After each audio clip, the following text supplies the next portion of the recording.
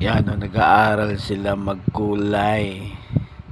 Yan si Aldrin. Tapos kanina nag-aaral din magsulat abang walang pasok. Kasi sa January 3 ang balik sa school. Yan. Yan, matalino na yan si Aldrin. Mana yan. Mana yan kay Papa, sa mga pinsan. Yan. Lalo na si Aldrin. Yan, oh. Oh, galing niya, oh. Walang lagpas yan. Walang lagpas kapag nagkulay sila kasi tinuturuan sila sa tamang pag-aaral. Lalo na si Aldrin. Ang galing na niya magsulat.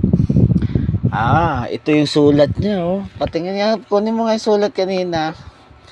Asa yung sulat niya, yung may pangalan. Oh, yan, oh. Oo, yan, yun ang sulat niya, galing niya, oh. Yan, galing. Ganyan, yan, oh.